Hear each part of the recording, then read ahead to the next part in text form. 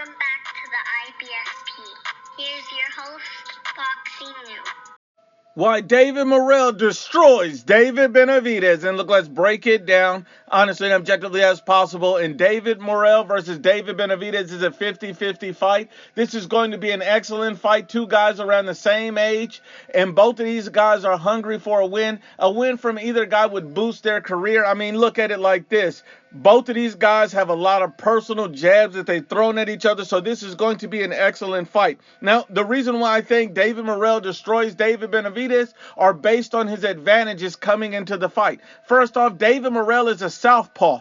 That's going to be a whole nother problem for David Benavidez to have to deal with. The second thing is David Morrell has excellent footwork. David Morrell, if he's on and he's boxing up to his abilities, David Morrell's footwork is going to give David Benavidez hell. Remember, David Benavidez is simply not as fast as David Morrell with his feet.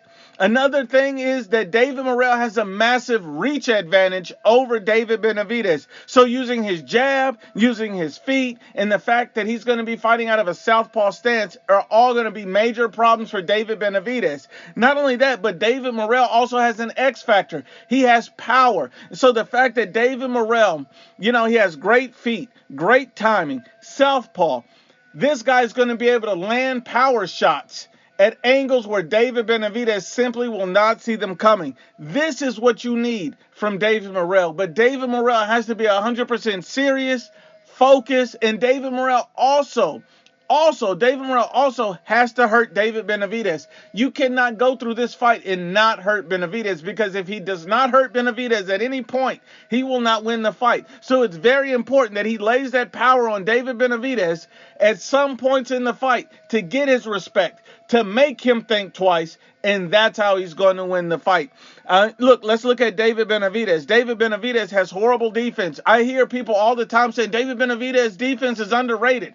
I'm like, how? He blocks punches with his face. And, these are just fanboys. If we're honest, David Benavidez's defense is atrocious. I mean, he lost almost the entire first half against Caleb Plant. Caleb Plant was hitting this man at will, except for he had zero power. This is where David Morrell's power comes into play.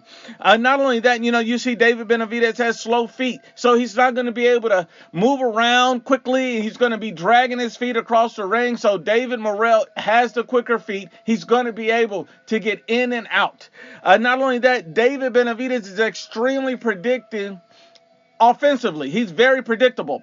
I mean, think about it. The guy always throws the same type of shots. His biggest advantage is throwing combinations. And if you use your feet to get out of danger, then you're in a good position. Not only that, David Benavidez has a lot of bad habits. David Benavidez sits on the ropes, takes some time off during rounds at points like he did against Alexander Volstik.